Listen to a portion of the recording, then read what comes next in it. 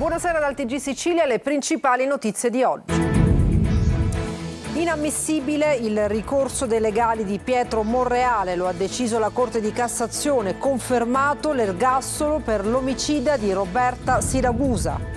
Nuove ondate di sbarchi tra Lampedusa e Pozzallo, a soccorrere il barchino con a bordo 42 migranti, tra cui donne e minori, anche il sindaco dell'isola Filippo Mannino. Catania ancora ostaggio della cenere vulcanica, strade invase, comune a rilento su spazzamento e raccolta. Le opposizioni attaccano il sindaco, manca il piano dei rifiuti. A Stromboli si allentano le misure restrittive. Allerta caldo e incendi, previsti picchi di oltre 40 gradi. Piromani già in azione nella zona di Piana degli Albanesi.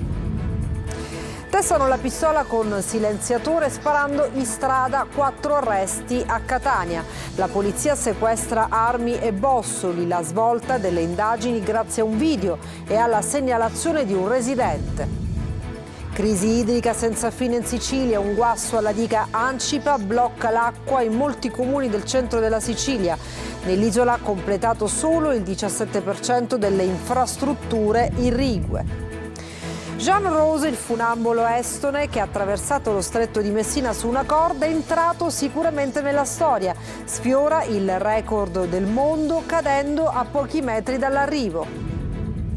Calciomercato ufficiale Vernal Catania per il centrocampista, contratto fino a giugno del 2026. Anche D'Andrea e Di Tacchio a un passo dal club rossazzurro.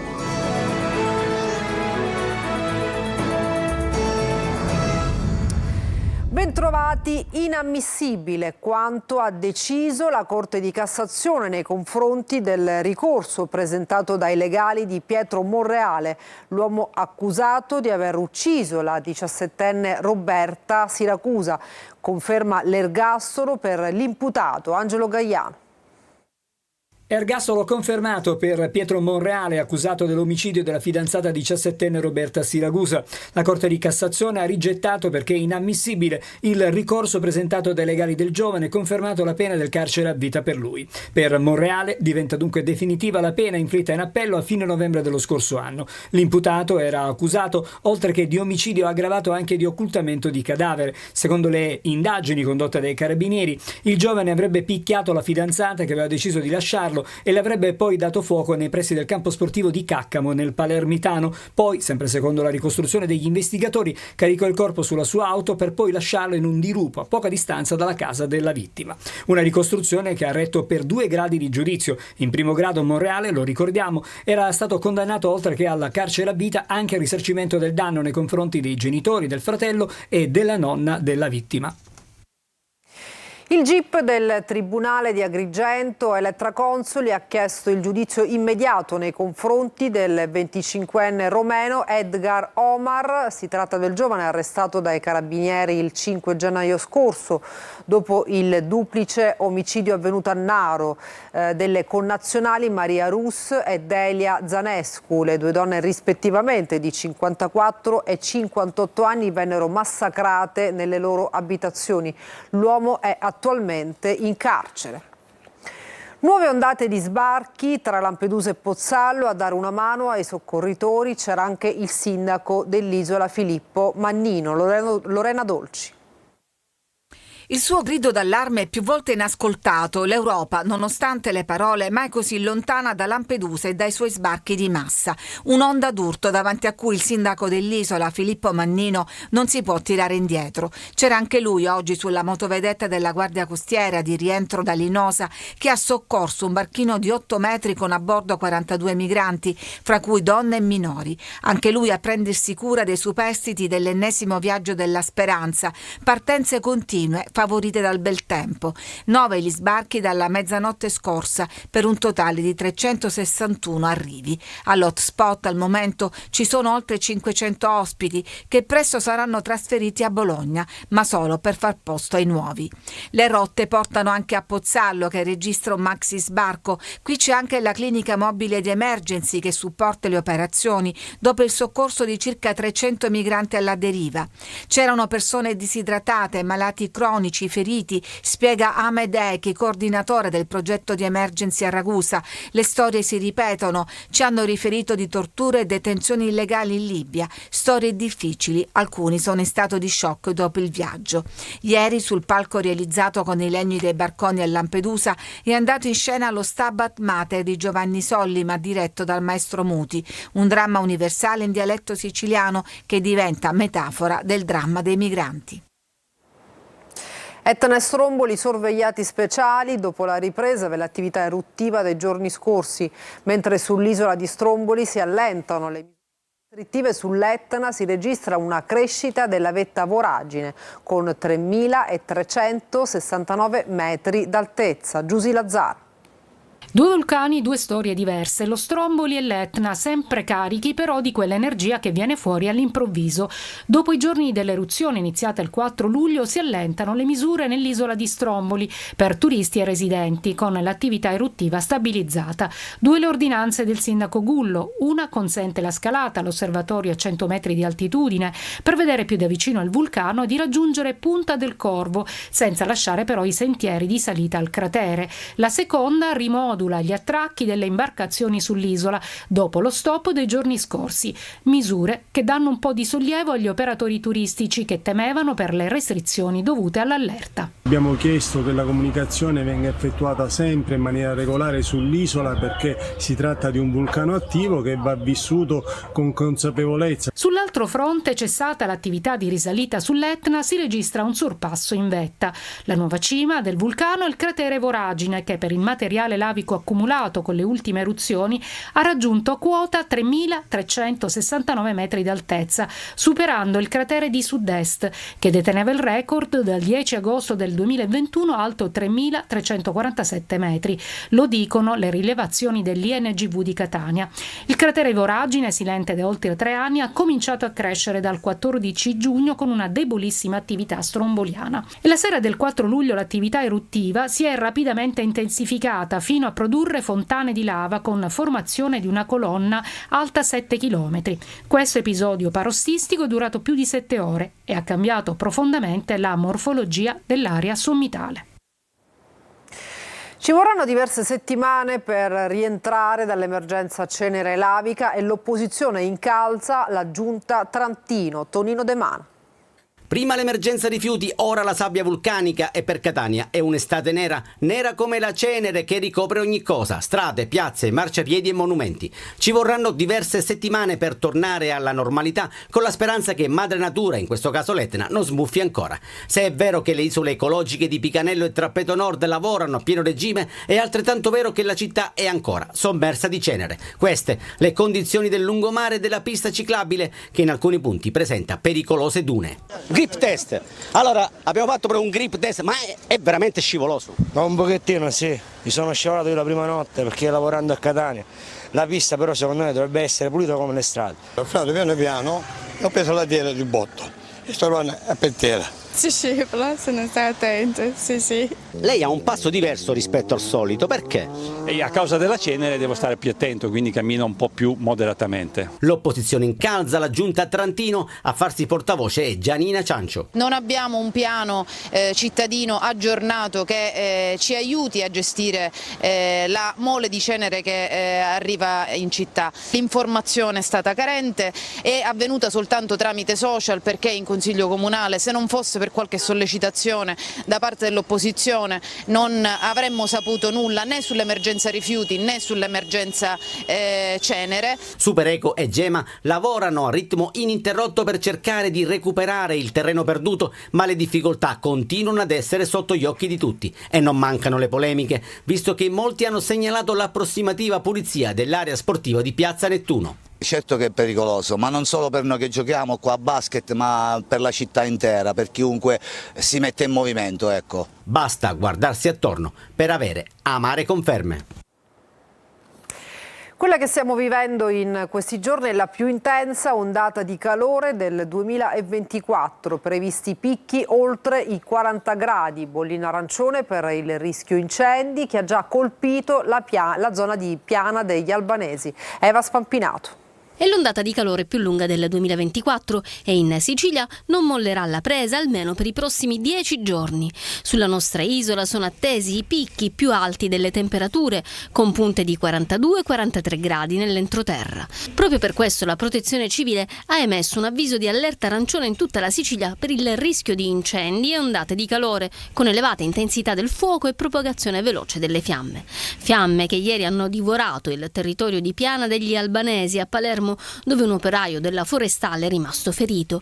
Sono stati 3 i diversi punti di fuoco nel sottobosco dell'Oasi Lago e del centro tecnico canoa e canottaggio. Ferma la condanna del sindaco Rosario Petta. Fermatevi, ignobili personaggi, perché le vostre azioni non solo distruggono l'habitat naturale, non solo distruggono il nostro bellissimo paesaggio, ma c'è anche il rischio di mettere a repentaglio la vita delle persone, e questo è assolutamente da condannare. Per l'estensione dell'incendio sono state evacuate diverse zone intorno al lago, dove erano presenti anche tante persone. L'area è tornata fruibile dopo la messa in sicurezza. L'AFA sarà in progressivo aumento, con tassi di umidità spesso elevati soprattutto nelle zone costiere. La bolla africana disturberà anche il sonno notturno. CGIL, CISL e UIL scendono in piazza per denunciare quello che definiscono l'immobilismo del Comune di Palermo. Al centro della vertenza la mancata convocazione di un tavolo di confronto su sicurezza, spese e bilancio, ma soprattutto sul timore di privatizzazione dei servizi. Manlio Viola. Spese di funzionamento aumentate, pagamenti alle aziende partecipate, ovvero le ex municipalizzate in eterno ritardo, bassa capacità di riscossione delle tasse comunali e un documento unico di programmazione che non affronta minimamente le esigenze della città. CGIL, CISL e UIL attaccano il Comune di Palermo e la gestione del sindaco Roberto Lagalla a 2 anni dal suo insediamento. Noi abbiamo provato a dire al Comune che avevamo bisogno di un tavolo continuativo, permanente. Hanno cominciato a fare un tavolo, abbiamo anche voluto che questo tavolo, pure se era una data strana, che era proprio un venerdì santo a mezzogiorno, ricordo la prima volta in cui siamo stati convocati, da quel momento non abbiamo saputo più nulla. Questa è una prima giornata, inizia un percorso per contrastare questo tipo di posizione che è assolutamente incomprensibile. Noi diciamo al sindaco: ascolti la città. La qualità della vita in questa città è peggiorata, non solo naturalmente negli ultimi 2 anni, ma purtroppo negli ultimi decenni. Palermo ormai è indietro nella classifica della qualità della vita in tutta Italia, e i servizi si fanno attraverso naturalmente la macchina pubblica, attraverso quella diretta con i propri lavoratori, ma anche attraverso le aziende partecipate. E non bastano i punti positivi che oltre a cimitero e piano strade vengono individuati nella diminuzione del fondo spese legali e del contenzioso e nell'aumento delle ore a favore dei dipendenti del comune inquadrati in categoria C. In occasione della conferenza stampa tenuta in piazza sotto Palazzo delle Aquile sono stati denunciati tanti altri problemi. Di fatto però i sindacati temono che a fronte di questa situazione si ricorra alla privatizzazione, vista dalle parti sociali come una vera e propria iattura. Quello di oggi è soltanto l'apertura di una vertenza che continuerà. I sindacati si sono già autoconvocati per lunedì 22 luglio a Palazzo Palagonia e in quella occasione chiederanno di essere ricevuti dal sindaco Lagalla. Tenta di scalare un traliccio dell'alta tensione e rimane folgorato. È successo ad Altofonte, in provincia di Palermo. Il giovane, un 21enne, è stato ricoverato in condizioni gravissime. La scossa lo ha fatto cadere da un'altezza di 5-6 metri mentre veniva attraversato da una scarica elettrica da 20.000 watt. A lanciare l'allarme sono stati gli stessi amici. Sul posto i carabinieri di Piana degli Albanesi. Testano pistola con silenziatore sparando in strada. 4 arresti a Catania. La polizia sequestra armi e bossoli. La svolta alle indagini grazie a un video e alla segnalazione di un residente. Angelo Gaiano. Si passavano la pistola di mano in mano, quasi fosse un gioco, un diversivo per trascorrere una serata diversa nel rione San Berillo Nuovo. La provano per testare la funzionalità anche del silenziatore. Non sapevano però che le videocamere in quel frangente, era il 12 dicembre scorso, stavano filmando tutto. È bastata una segnalazione anonima di un residente di via Piemonte per metterli nei guai. Serate indagini della polizia hanno portato all'arresto di Salvatore Catania, Santo Roberto Ranno, Carmelo Tiralongo e Sebastian Rosario Spina. Nei loro confronti la squadra mobile ha eseguito un'ordinanza di custodia cautelare agli arresti domiciliari che ipotizza a vario titolo i reati di ricettazione, ricostruzione, esplosione in luogo abitato di colpi d'arma da fuoco e violazione della sorveglianza speciale. Nella strada, tra la vegetazione, vicino ad un muretto, gli agenti dei Falchi hanno rinvenuto una pistola semiautomatica con una matricola a brasa, con il caricatore priva di cartucce e con il silenziatore inserito. A pochi metri di distanza sono stati trovati anche diversi bossoli, oggetto ora di approfondimenti investigativi. Si guasta l'acquedotto dell'Ancipa e molti paesi e città del centro Sicilia oggi sono completamente senza acqua. L'intervento sulla condotta è una delle opere previste per fronteggiare la siccità severa. Manlio Viola. Centro Sicilia oggi senza acqua completamente. Non è effetto diretto della crisi idrica, ma la siccità c'entra sempre. L'erogazione è stata sospesa da Sicilacque per procedere alla riparazione di un tratto della condotta dell'Ancipa che porta l'acqua dall'omonima diga a buona parte dei paesi della Sicilia centrale. L'interruzione, dice il direttore della Protezione Civile regionale Salvo Cocina, serve sia a riparare una perdita che viene costantemente monitorato e che appare in aumento, sia per eliminare altre dispersioni minori di acqua su cui si è deciso di intervenire preventivamente. Nelle successive 48 ore Sicilacque aumenterà la distribuzione per recuperare le situazioni più critiche.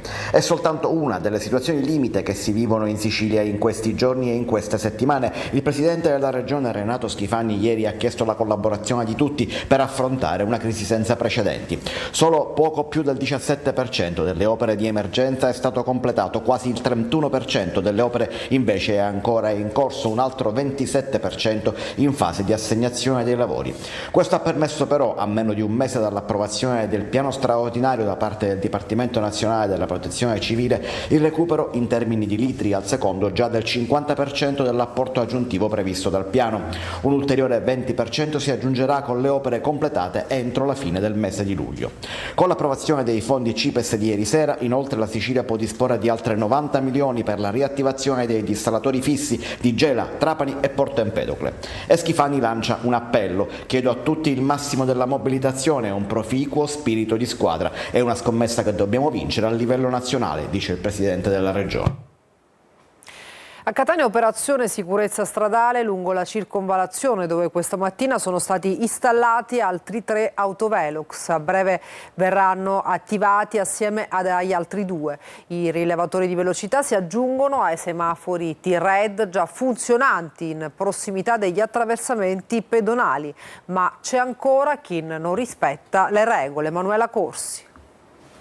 Operazione sicurezza a Catania sulla circonvallazione, dove sono stati installati altri 3 autovelox per ridurre la velocità degli automobilisti su una delle arterie più trafficate e a tratti pericolosa della città. Aspettiamo l'attivazione per completare piccoli dettagli quale la segnaletica e altre cose per poter poi iniziare le procedure per la verbalizzazione per i veicoli che oltrepassano i 50 km/h. I rilevatori di velocità si aggiungono agli altri 2 installati nei mesi scorsi. Posso dire che già con i primi 2 autovelox installati ho visto che la gente sta iniziando ad imparare che nella circonvallazione è più importante la sicurezza e non più la velocità. Assieme ai 5 autovelox che verranno attivati a breve, sono già attivi 3 semafori T-Red posti in prossimità di altrettanti attraversamenti pedonali per sanzionare gli automobilisti che non si fermano quando scatta il rosso o l'arancione. È giusto pensare alla sicurezza, soprattutto in questo tratto qui di fronte all'università. Gli autovelox aiutano, speriamo che la gente capisca che ci sono le strisce pedonali e le persone potrebbero essere in pericolo. Speriamo che non succedano più le cose che sono successe in passato, diciamo. Purtroppo, come vi mostriamo in questa ripresa all'altezza della cittadella universitaria, non manca chi si ostina a non rispettare il codice della strada e, incurante del rosso, di multe e sanzioni, continua la sua corsa mentre un pedone sta attraversando la strada. È stata un'impresa, anche se non è valsa il record del mondo, ma Jean Rose, il funambolo estone che ha attraversato lo stretto di Messina su una corda, è entrato sicuramente nella storia. Peccato per quella caduta a pochi metri dall'arrivo. Vediamo. Il record del mondo si infrange a 230 metri. Dal pilone di Messina, Jean Rose è il primo uomo ad attraversare lo stretto su una slackline, una corda larga appena 1,9 cm e tesa per oltre 3,6 km a oltre 200 metri di altezza. Per ben 3 ore il funambolo estone ha dimostrato una maestria esemplare e una forza mentale fuori dal comune completando una straordinaria impresa, mai realizzata prima. Non si può considerare un record del mondo, visto che non ha concluso il percorso senza cadute, ad appena, come detto, 230 metri dal traguardo, ma resta comunque un'impresa straordinaria. Ero davvero felice di essere arrivato al pilone di Messina, perché ho perso la cognizione del tempo mentre camminavo. Mi sembrava di aver impiegato tanto tempo. Mi sentivo come se stessi ricominciando dall'inizio. Ci sono state molte sorprese mentre camminavo, tante sfide. Dovevo gestire i passi cercando di non inciampare, ritrovare l'equilibrio. È stata una camminata dura. La traversata del tratto di mare tra Sicilia e Calabria rappresentava una sfida sportiva monumentale e audace per molti motivi, dalla distanza enorme alle difficili condizioni atmosferiche fino alle complesse difficoltà ambientali. La slackline infatti è stata tesa tra i piloni e l'ex elettrodotto dello stretto con punti a diverse altezze, creando un dislivello che ha richiesto ancora di più una precisione assoluta. Ero così felice della visuale verso Messina, era così limpido. Tutta l'acqua sotto lo skyline, dietro il pilone. Ed era davvero una sensazione fantastica, anche solo camminare e vedere una lunga skyline. Allo stesso tempo sentivo tutte le barche accelerare, i droni sorvolare su di me, la gente urlava, gli scooter erano quelli più rumorosi, mi stavano distraendo. Dal boschetto al deserto, il progetto di riforestazione voluto dal Comune di Catania fa i conti con la triste realtà. Alla Playa centinaia di piante morte o in sofferenza. L'agronomo Arbusti in sofferenza per molteplici problemi. Tonino De Mana. Questa è una conifera, chiaramente è morta e come gran parte delle piante sono in sofferenza. Ecco quel che resta del progetto di riforestazione del boschetto della Playa, un tempo oasi per catanesi turisti, oggi declassato ad un'area semidesertica dove in parte la vegetazione incolta, anche qui, prende il sopravvento e lo fa anche ricoprendo le tante piante messe a dimora per rigenerare il boschetto. Dopo anni di abbandono, incendi ed eventi climatici estremi, il Comune di Catania l'8 marzo scorso aveva avviato il progetto, costo 461.000 euro, con il motto aiutiamoli a crescere. Oggi quel motto suona come una beffa. È normale che le piante, se non gli hai un supporto in condizioni di questo terreno sabbioso, le piante vanno in sofferenza immediatamente. L'unico verde che si vede anche alle sue spalle è la vegetazione incolta, che non manca mai. Sì, c'è dell'arundo, c'è del glicine, ci sono vari infestanti del rovo, dove paradossalmente in queste condizioni creano delle condizioni di ombra che possono aiutare la pianta. Chiaramente andiamo a vedere una pianta al sole in una condizione magari qua di suolo riportato, la pianta è andata subito in sofferenza ed è morta. Non le manda a dire Graziano Bonaccorsi? Vogliamo capire l'amministrazione cosa vuole fare, perché dopo che abbiamo speso 460.000 euro di fondi comunitari non possiamo immaginare di lasciare così le cose. Per esempio un caso eclatante dove si sta consumando una vera tragedia, mettiamola così, ecologica, è alla Spina Verde e Librino, cioè lì non troviamo macchie di leopardo, lì sono morte praticamente tutte. Quasi 6.000 specie arboree messe a dimora, più della metà morte o in sofferenza, e il caldo torrido della lunga estate siciliana potrebbe dare il colpo di grazia. Ci fermiamo per una pausa, tra poco il calciomercato.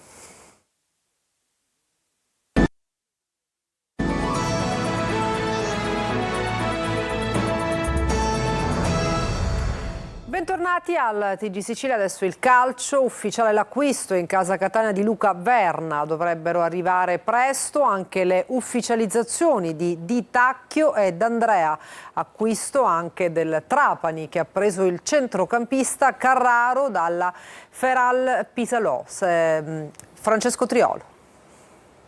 Giornata di ufficializzazioni in casa Catania, il club rossazzurro sta cercando di completare il più possibile la rosa in vista dell'avvio del ritiro precampionato ad Assisi tra 4 giorni. Il direttore sportivo Daniele Faggiano ha trascorso anche questa mattina al telefono e alla fine ha chiuso l'ufficializzazione di Luca Verna, il centrocampista che arriva a titolo definitivo dal Catanzaro con contratto biennale d'opzione per il terzo. Verna è il giocatore che nello scorso campionato di Serie B ha avuto il maggior numero di passaggi completati con il 93% di percentuale. nazionale. Verna non dovrebbe essere l'unico sul quale il Catania ha ormai chiuso le tratte. Fagiano ha definito l'arrivo anche di un altro centrocampista, Francesco Di Tacchio, giocatore che lo scorso anno a Cesena è stato un punto di riferimento per Mimmo Toscano, e quindi anche Filippo D'Andrea, attaccante, lo scorso anno al Cerignola. Sfuma invece l'ingaggio di Artistico, acquistato dalla Lazio, girato alla Juve, sta in Serie B. Sul fronte cessioni, Marsura è vicino alla Ternana, Chirico piace al Vicenza. Un'ufficialità arriva anche dal Trapani, ha acquistato il centrocampista Federico Carraro, classe 92, dal 2019 alla Feralpi Salò, con cui ha collezionato più di 100 presenze. È solo una formalità invece l'acquisto dal Benevento di Nermin Karic, manca solo il passaggio delle visite. Tutto fermo in apparenza al Messina, dove si attende di conoscere ancora la sede e la data del ritiro. Nel frattempo il direttore sportivo Giuseppe Pavone sta lavorando sotto traccia per definire la rosa. Attualmente sotto contratto ci sono solo 5 giocatori. E per questa edizione del TG Sicilia è tutto, grazie per averci seguito e buona serata.